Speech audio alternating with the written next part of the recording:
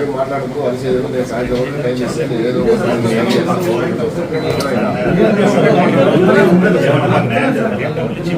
సాయంత్రం లోపల మీకు తక్కువ కూడా న్యాయం చేస్తాము. సరే కనుక్కుంటాం, అది కూడా కనుక్కుంటాం.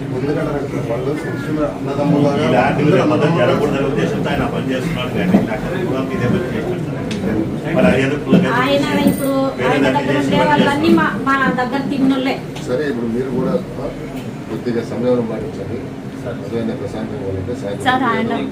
ఇప్పుడు ఆయన ఎట్లా తీసుకున్నారు మాది కూడా అట్లా తీసుకోండి సార్.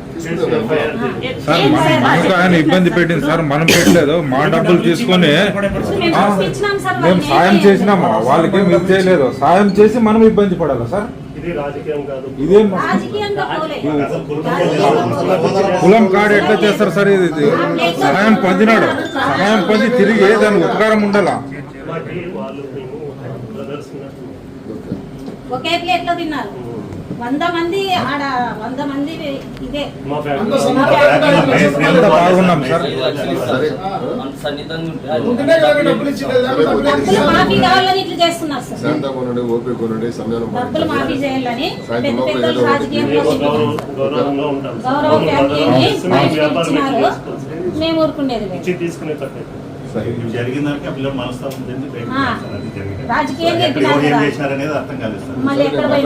వాళ్ళు అట్లా చేసేది పద్ధతి కాదు. మన దగ్గర ఉండే వాళ్ళు ఇది చేసేది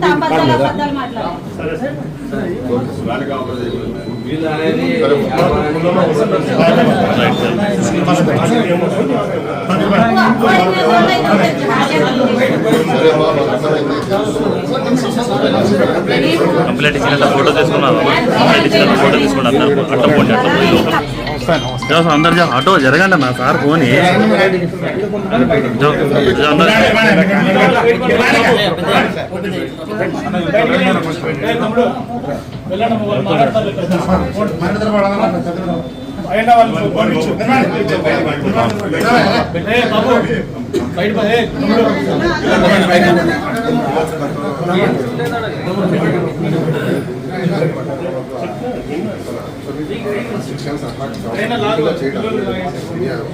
కాబట్టి అట్రాక్ట్ ఇది కూడా కాంట్రిబ్యూట్ చేస్తే సరే నేను మాట్లాడతాను, మీకు న్యాయం చేస్తాను చెప్పాను కదా, మీకు ఇబ్బంది లేకుండా చేస్తాను చెప్తాను. అడ్వకేట్ వచ్చారు, రేపు అడ్వకేట్తో నేను మాట్లాడతాను. మాట్లాడి నేను ఏదో న్యాయం చేస్తాను.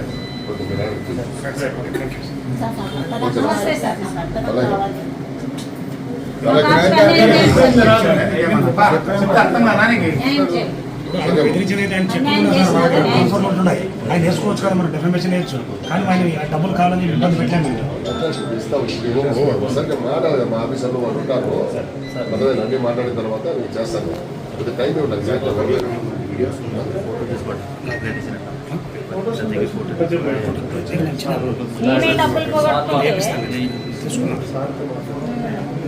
బయటికి పోదాం పడుతుంది.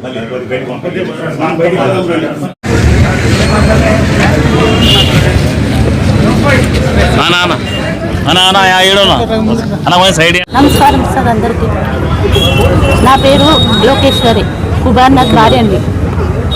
కుబేర్నాథ్ భార్య అండి. నా భర్త నిన్నటి నుంచి కనిపించడం లేదు.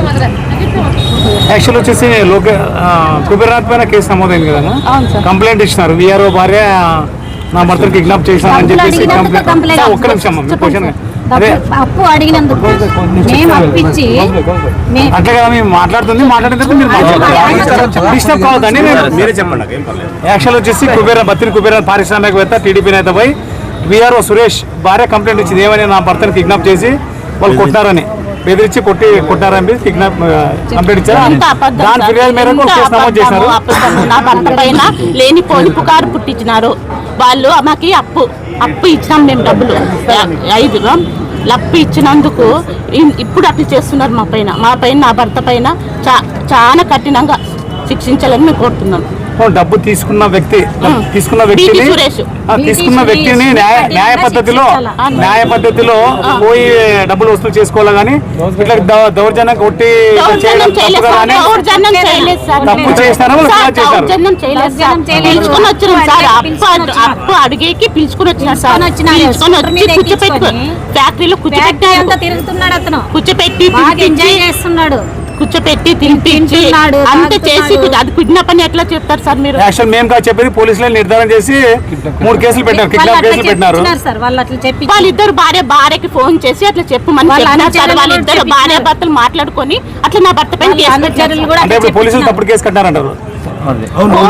ఇప్పుడు వాళ్ళు ఇప్పుడు చెప్పినారు కదా సార్, వాళ్ళు తప్పుడు కేసు పెట్టినారు సార్. వాళ్ళు నా భర్త పైన తప్పుడు కేసు తప్పుడు కేసు పెట్టినారు సార్. వాళ్ళు రాజకీయంలోకి ఎగ్గినారు.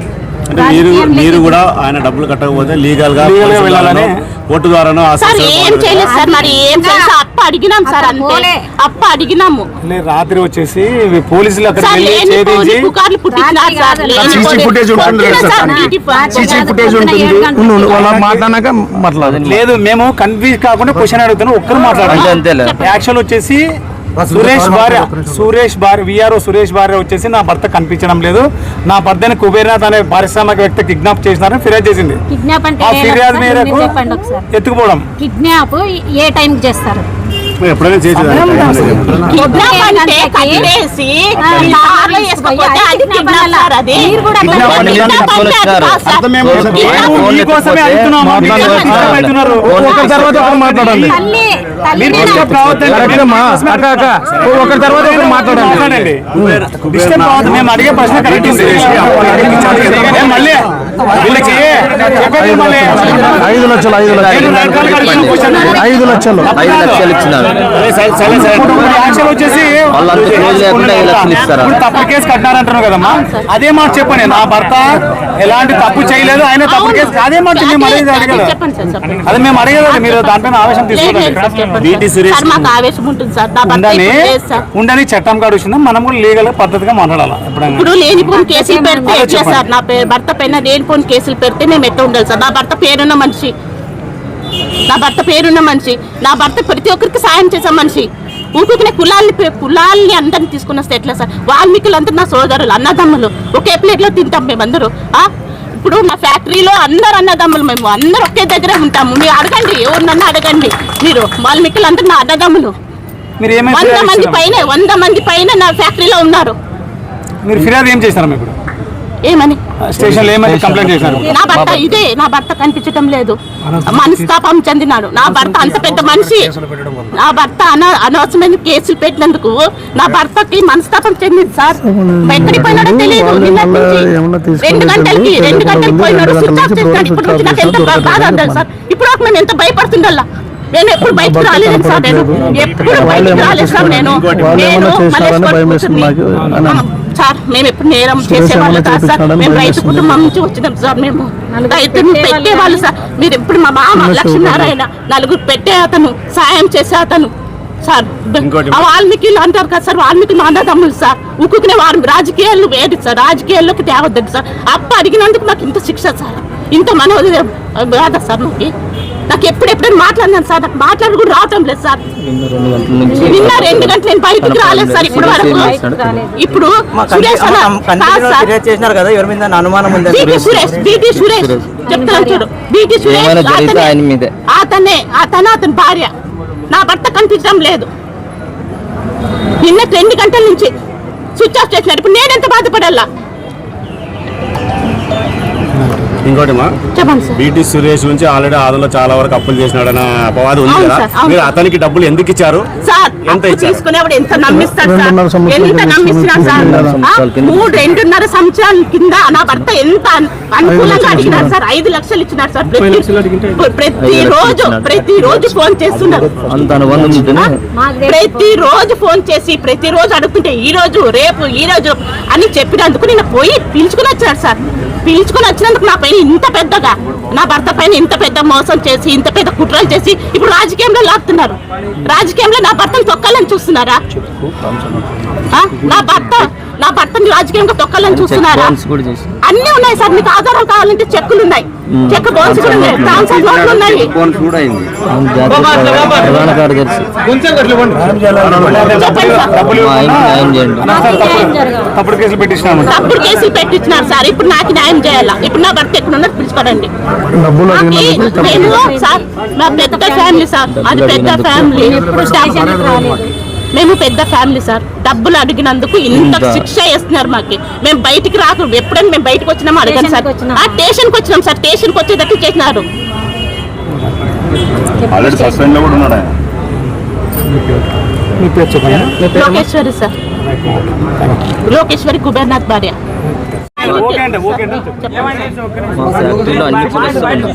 అయిపోయింది సార్, అయిపోయింది.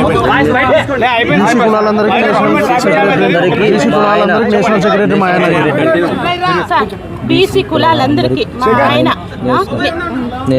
National secretary. ఇప్పుడు కులాలు అంటారు సార్. కులాలు మా అన్నదమ్ములు, వాల్మీకులు అందరూ మా అన్నదమ్ములు. కులాల్లోకి రాగొద్దండి మమ్మల్ని. అన్ని కులాలు చెప్తున్నాం. అన్ని బీసీ అంటే మేము కూడా ఒకటే కదా, బీసీ అంటే వాళ్ళు కూడా ఒకటే కదా, మేము వాళ్ళు ఒకటే కదా. బీసీ అంటే ఎందుకు ఇంత చేస్తున్నారు? నా భర్త పేరు చెడుపుతున్నారు. నా భర్త పేరున్న మనిషి, నా భర్త పేరు చెడుపుతున్నారు. దయచేసి మీకు మొక్కుతున్నాను, కులాలను తీసుకురావద్దండి. ఇది అప్పు ఇచ్చినందుకు మాకు ఇంత శిక్ష చేస్తున్నారు. అప్పు కోసం అడిగినందుకు మాకు ఇంత శిక్ష చేసి ఇంత బాధ పెడుతున్నారే. ఇప్పుడు నా భర్త కనిపించడం లేదు. ఇప్పుడు మీ భర్త టీడీపీ పార్టీకి చాలా సేవలు చేస్తారు, చాలా పేరు ఉంది కూడా. ఇప్పుడు టీడీపీ పార్టీ వాళ్ళు ఆయన మీద కేసు పెట్టడానికి ముందుకు వచ్చారని కూడా తెలుస్తుంది. పార్టీ వాళ్ళు మీకు ఏం సంప్రదించలేదు? లేదు సార్, పార్టీ వాళ్ళు అందరూ మాకు సాయం చేసినారు సార్. ఎవరి పైన ఏం లేదు. టీడీపీలో ఉండే కొంతమంది వచ్చి కంప్లైంట్ వాళ్ళు కూడా ఇచ్చిన వాళ్ళు లేదు సార్. వాళ్ళు చెప్పిన మాటలు విన్నారు సార్. వాళ్ళకి ఏమో తెలియదు సార్. వాళ్ళు చెప్పిన మాటలు విని వచ్చారు. వాళ్ళకి ఏమో తెలియదు. కులం అన్నందుకు వచ్చినారేమో సార్. కులంది మేము ఎప్పుడు ఎద్దలేదు సార్. అంతే సార్. అక్క కూడా ఉంటది. నేను కూడా ఎప్పుడు మా తమ్ముడు ఓర్నాళ్ళు అని మాతో ఎప్పుడు కులవేదం మాతో పెట్టుకోలేదు. దీన్ని ఒక నిమిషం ఓకే అన్నప్పుడు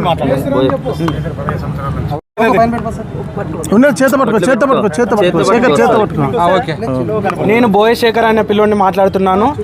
ఈ డబ్బు వ్యవహారంలోకి కుల వ్యవహారం తెస్తున్నారు. దీనికి డబ్బుకి కులంకి ఎటువంటి సంబంధం లేదు.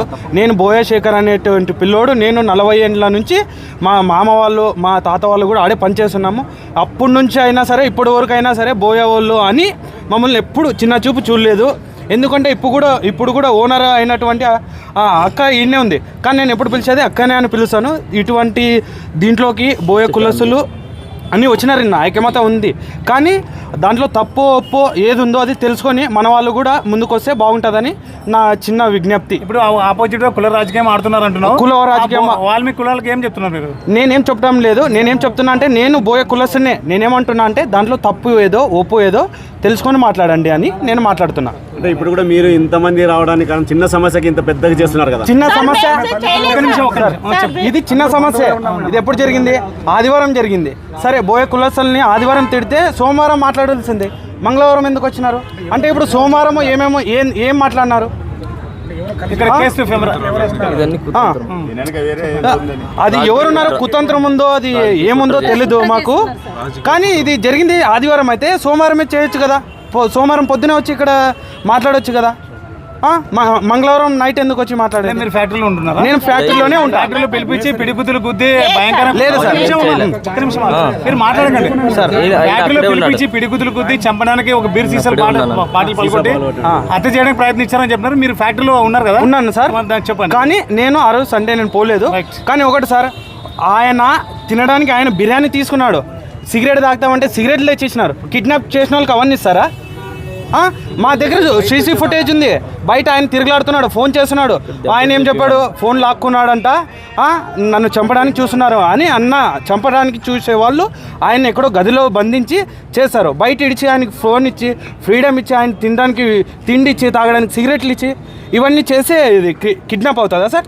మరి బీసీ సోదరులే చెప్తున్నారు కదా. నేను బీసీ సోదరులు చెప్తున్నాను. నన్ను ఏమంటున్నా అంటే తప్పు ఒప్పు తెలుసుకొని చేయండి. ఇప్పుడు మా ఓనర్దే తప్పు ఉంటే డిపార్ట్మెంట్ ఉంది, వాళ్ళు చూసుకుంటారు. దీంట్లో కులం ఎందుకు, పార్టీలు ఎందుకు?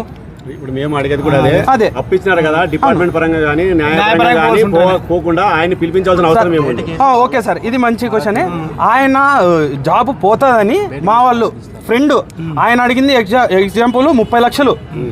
ఆయన 30 లక్షలు అడిగితే నా దగ్గర లేవు అంత అమౌంట్, నా దగ్గర ఉంది కాస్త కోస్త ఉడతా సాయం అనుకొని 5 లక్షలు ఇచ్చినాడు సార్. ఫోన్ చేసిన వెంటనే డబ్బులు ఇచ్చినాడు. అంటే ఇప్పుడు బోయోలని అంత తిట్టేవాడు అయితే 5 లక్షలు బోయోనికి ఎందుకు ఇస్తాడు సార్? బోయోలకి ఎందుకు ఇస్తాడు? నమ్మినాడు కాబట్టి. బోయోడు పక్కకు పోతే పక్కన ఆయన పక్కన ఉంటే వరుస పెట్టి పిలుస్తాడు కానీ బోయ కులస్తుడు అని దూరం పెట్టింది లేదు మా ఓనర్. నా పేరు బోయ శేఖర్. నేను ఎన్డిబెల్ ఫ్యాక్టరీలోనే 15 ఏండ్ల నుంచి ఉన్నాను మేస్త్రి. మా మామ వాళ్ళు కూడా 40-50 ఏండ్ల నుంచి అక్కడనే పనిచేస్తున్నాం మేము.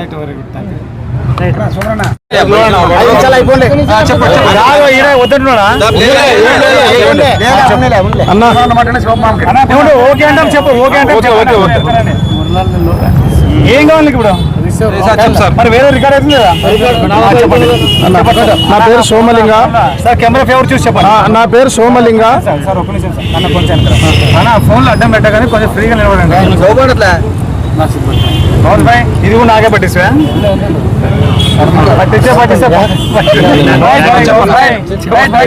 నా పేరు సోమలింగ, మదారకురువ సంక్షేమ సంఘం రాష్ట్ర అధ్యక్షుడిని. నాది పత్తికొండ. ఈరోజు దీన్ని సోషల్ మీడియాలో పెట్టడము, అవమానపరచడము చాలా బాధాకరమైన విషయం. ఎందుకంటే మార్కెట్లో మంచి పేరున్న వ్యక్తులు, మంచి మనుషులు, 10 మందికి సాయం చేసే వ్యక్తిత్వం ఉన్నటువంటి వాళ్ళ మీద ఈ అబాండ్ అనడం కరెక్ట్ కాదు. దగ్గర 2.5 సంవత్సరం కింద అతనికి 5 లక్షల రూపాయలు అప్పు ఇచ్చినాడు. అతనికి సన్నిహితం లేకపోతే అతను అప్పు ఇవ్వడు కదా ఫస్ట్. నిన్నగా నువ్వు కిడ్నాప్ అని సోషల్ మీడియాలో పెట్టినారు. కానీ కిడ్నాప్ చేసే వాళ్ళు వేరే వాళ్ళు వచ్చి పిలుచుకొని ఫ్యాక్టరీకి తోలుకొని పోయి మరసంగా డబ్బులు అడిగితే సమస్య లేదు కదా. దీంతో మళ్ళీ పోలీసు వాళ్ళు రాజకీయం చేసినారు. ఎందుకంటే అతను కంప్లైంట్ ఇచ్చినప్పుడు వాళ్ళు కిడ్నాప్ అన్నప్పుడు కిడ్నాప్ ఏం జరిగింది, దాని వెనక ఏముంది, డబ్బులు ఇచ్చినారా లేదా, ప్రూఫ్స్ అన్ని చూసుకొని దాని మీద దృష్టి పెట్టి ఎంక్వైరీ చేసి అప్పుడు నిజ నిర్ధారాలు తెలిసి కేసులు కట్టాలి. కానీ ఊక వాళ్ళు కేసు పెట్టినారని చెప్పి వాళ్ళు ఎవరో ప్రెజర్ చేసినారు, రాజకీయ రికమెండేషన్లు చేసినారు, రాజకీయ ఒత్తిళ్లు ఉన్నాయని చెప్పి ఒక మార్కెట్లో పరువుగా బతికేటోళ్ళ మీద ఇలాంటి కేసులు పెట్టడం చాలా బాధాకరమైన. దీంట్లో పోలీసులదే ముమ్మాటికి పొరపాటు. ఎందుకంటే ఎంక్వైరీ చేయాలి పోలీసులు, ఇదేం తప్పేమి రైట్ ఏమి, ఎందుకు పిలిపించినారు, ఊక పిలిచకపోయినా అంటే ఇప్పుడు కుబేరా నిన్న మధ్యాహ్నం నుంచి పోవట్లే. ఇప్పుడు కూడా ఆయన బీటీ సురేష్ తీసుకొని పోయిండొచ్చు. అందుకే మేము ఇప్పుడు కంప్లైంట్ ఇస్తున్నాము. కాబట్టి ఇట్లా ఏదైనా కానీ నిర్ధారణ చేసిన తర్వాత ఎఫ్ఐఆర్ చేయాలా. అనవసరంగా డబ్బులు కట్టబేకవుతుందని సురేష్ భార్య సురేష్ నాటికి వచ్చి వాళ్ళు పిలిచినప్పుడు వాళ్ళు ఫస్ట్ మా ఇల్లు ఒత్తిడి చేసినారు. ఒక 10 రోజుల నుంచి కుబేర నాకు డబ్బులు ఎప్పుడు ఇస్తామంటే వాళ్ళని డేట్ ఇచ్చిన ఒక డేట్ చెప్పినాడు. ఆ డేట్కి వీళ్ళు ప్రెజర్ చేసినారు. వాళ్ళ దగ్గర డబ్బులు కట్టలేక ఇద్దరు భార్య భర్తలు ప్లాన్ చేసుకొని నన్ను పిలిస్తే నేను పోతాను, నేను పోయిన తర్వాత నువ్వు స్టేషన్ పోయి నన్ను నా భర్తని కిడ్నాప్ చేసినారు, నా భర్తను తీసుకొని పోయినారని చెప్పి నువ్వు స్టేషన్లో కంప్లైంట్ అని చెప్పి వాళ్ళకున్న పరిధిలో వాళ్ళకున్న పరిచయాలతో రికమెండేషన్ ఫస్టే స్టేషన్ ఫోన్ చేయించుకొని వాళ్ళు ప్లాన్ ప్రకారం చేసినారు. ఇతను అమాయకంగా నేను డబ్బులు ఇచ్చినాడు కదా, నాకు నమ్మినవాడు నా ఫ్రెండ్ అని చెప్పి ఇతను తీసుకొని పోయినాడు. డబ్బులు ఇచ్చినవాడు 2.5 సంవత్సరం ఉంటాడా? కిడ్నాప్ చేయాలంటే రాత్రి పగులు ఎత్తకపోయి ఆడ పెట్టుకుంటా. ఆయన ఫ్యాక్టరీలు ఎందుకు పెట్టుకుంటాడు? కిడ్నాప్ చేసినాడు తీసుకుపోయి ఆడో పెట్టుకొని ఏదైనా భయపడిచ్చి వాళ్ళకి చెప్తాడు. అందరూ ఫ్యాక్టరీలో పెట్టుకొని ఎవరైనా చేస్తారా? ఆ డబ్బులు తీసుకుని ఇప్పుడు పోలీసు వాళ్ళు ఏం జరిగిందని తీసుకొని పోయి అతన్ని ఏం జరిగింది డబ్బుల విషయం అతనే సోషల్ మీడియాలో చెప్పినాడా? మీరు అందరూ వినింటారు కదా. 5 లక్షల రూపాయలు హ్యాండ్లో నాకు ఇచ్చినాడు, ఆ డబ్బులు కానీ ప్రామిషన్ ఇచ్చినాడు, చెక్ ఇచ్చినాడు అని చెప్పినాడు కదా. సార్ ఇప్పుడు వాళ్ళు ఎప్పుడు కేసు కట్టినారు పోలీసులు అంటున్నారు. అవును, పోలీసు మీద సూట్ ఫైల్ చేస్తున్నారు మీరు. అది తర్వాత ఫర్దర్ ఇప్పుడు మేము కంప్లైంట్ ఇచ్చినాము. దీనికి ఏం జరుగుతుంది అనేది చూసిన తర్వాత దాన్ని ఏం చేయాలన్న కానీ మేమంతా ఆలోచిస్తాం. జాతీయ నేత పైన తప్పుడు కేసు కట్టడం ఎంతున్నారు కదా. అవును, మీరే ఫైనలైజ్ చేస్తున్నారు. జాతీయ నేత పైన తప్పుడు కేసు కట్టినారు. నేను ఏమంటానంటే నువ్వు కేసు కట్టు, ఎప్పుడు కట్టాలా? వీళ్ళిద్దరి మధ్యలో గొడవ ఏమి, ఎందుకు వచ్చింది? అతను పిలిచినప్పుడు అదే కుబేరని సురేష్ని ఇద్దరు కూర్చోబెట్టి అయ్యా నువ్వు డబ్బులు తీసుకున్నావు, వాళ్ళకి డబ్బులు ఇస్తే మీకు సమస్య లేదని చెప్పొచ్చు కదా. సమస్య వచ్చినప్పుడు స్టేషన్కే కదా వచ్చేది ఎవరైనా. వాళ్ళు కానీ సమస్యను పరిష్కరించాలి. కానీ వాళ్ళు చెప్పినారు రాజకీయ ఒత్తిళ్లు అని చెప్పి కేసు కట్టడం ఎంతవరకు కరెక్ట్? అది కరెక్ట్ కాదు కదా. అదే పెద్ద విషయం, క్రైమ్ కాదు కదా. ఒకవేళ క్రైమ్ అయితే ఇమ్మీడియట్ కేసు కట్టచ్చు. అవును, 100%. నేను చెప్తున్నా, మాకు చెప్పలేదు. వాళ్ళ గురించి నేను మాట్లాడను. వాళ్ళు చెప్పినారని కూడా చెప్పను నేను వాళ్ళకి. అంటే ఈ కేసు క్రైమ్ కాదు కదా, ఇది సివిల్కి సంబంధించినది, డబ్బు విషయం కాబట్టి ఇమ్మీడియట్ గా ఎఫ్ఐఆర్ చేయాల్సినంత అవసరం లేదు. ఇప్పుడు మేము కానీ 90 కంప్లైంట్ ఇస్తాం, వారానికి కానీ ఎఫ్ఐఆర్ చేయరు, ఎంక్వైరీ చేస్తున్నాం, చూస్తాం అని అంటారు. కానీ ఇమ్మీడియట్ గా కేసు కట్టినారు. ఫ్యాక్టరీలో పెట్టారని పోలీసులు పోయి నేను అనేది కేసు పెట్టారు. అక్రమంగా నిర్బంధించడానికి ఫ్యాక్టరీ పోల్చిన అవసరం ఏముంది? ఎక్కడో తీసుకొని పోతాడు, ఏడో పెట్టుకుంటాడు. పోలీసులు పోయే సమయంలో ఫ్యాక్టరీలో ఉన్నాడట. పోలీసులు పోయే సమయానికి ఉండాల్సిన అవసరం ఏముంది? ఎప్పుడో తీసుకుపోయినాడు కదా. డబ్బులు ఎక్కడనియంలే. ఇప్పుడు అతను డబ్బులు అడిగినాడు, కాకపోతే ఫ్రెండ్లీగానో ఫర్దర్ గానో. ఇప్పుడు కుబేర దగ్గర 200-300 మంది వర్కర్స్ పనిచేస్తారు. ఒక ఇద్దరిని అతను పంపించినాడు, మనకి పలానా సురేష్ డబ్బులు ఇవ్వాలా, పోయి పిలుచుకొని రాబండి మాట్లాడదామని పిలిచినారు. దాన్ని 2-3 రోజుల నుంచి ప్లాన్ చేసుకున్నారు. ఇతను ప్రెజర్ చేసినాడు, 10 రోజులు డబ్బులు ఇస్తాను చెప్పండి. తప్పుడు కేసు కట్టినారంటే 100% కుబేర మీద 100% తప్పుడు కేసు కట్టినారు. విచారణ లేకుండా కట్టినారు.